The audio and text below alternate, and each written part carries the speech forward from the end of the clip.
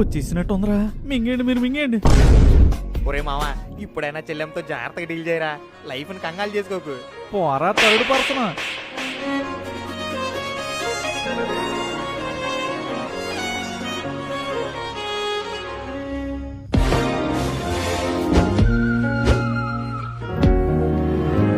అంతులేని గొడవలో నా మీద నిండేసి ఏం చేస్తున్నావు లోపల? ఇల్లు దాటి వెళ్ళని భర్తని పట్టుకొని ఎన్నెన్ని మాటలన్నావు ఇందాకలా. నీ ఉప్పులేని కూరలు కుక్కలైన తింటాయ, నీళ్ళలాంటి చారు నీ పిల్లులైన నాకుతాయ, మాడిపోయిన ఉప్మాపై పంచదార వేసిన చీమలైన తింటాయా?